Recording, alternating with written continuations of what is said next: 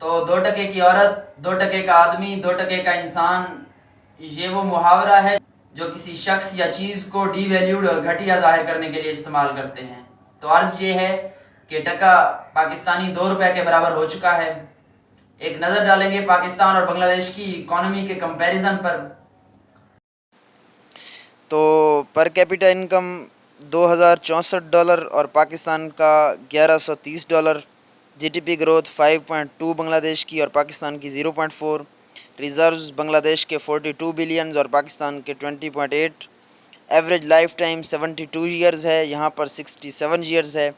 تو ایک ایسا ملک جس کو 1971 میں ہم اپنی اکانومی پر بوجھ سمجھتے تھے، اس کی اکانومی آج ہماری اکانومی سے بہتر ہے، اور جس کے لیے دنیا یہ کہتی تھی کہ وہاں کے لوگ بھوک اور فیمائن کی وجہ سے مر جائیں گے، تو آج ورلڈ بینک کو یہ ماننا پڑا کہ an inspiring story of reducing poverty in بنگلہ دیش۔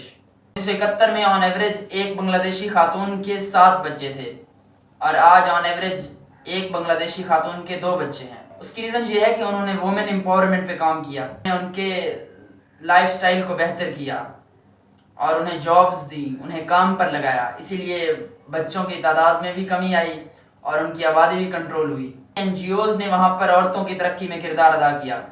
ہماری 51% پاپولیشن گھروں میں بیٹھی ہے، ایک بندہ 20,000 کما کر لاتا ہے، گھر کے 7 بندوں میں تقسیم ہو جاتا ہے، سب کے سب غریب ہو جاتے ہیں۔ اور این جی اوز کا یہ حال ہے کہ ہم نے ہر دوسری این جی او پر سیکورٹی وائلیشن کا ٹھپا لگا کر اسے بند کر دیا۔ جو فارن پالیسی رہی وہ بڑی کنسٹرکٹیو فارن پالیسی رہی، اور ہماری فارن پالیسی بڑی ایگریسو رہی۔ ہم نے ہر اگلے مسئلے میں ٹانگ اڑائی اور ناک گھسائی۔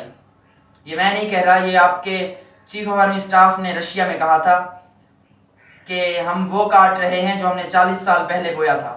اور تیسری وجہ یہ ہے کہ انہوں نے مولوی اور جرنیل کا اقتدار میں داخلہ بند کیا، اور ہمارا ہر مسئلہ ضیاء الحق سے شروع ہوتا ہے۔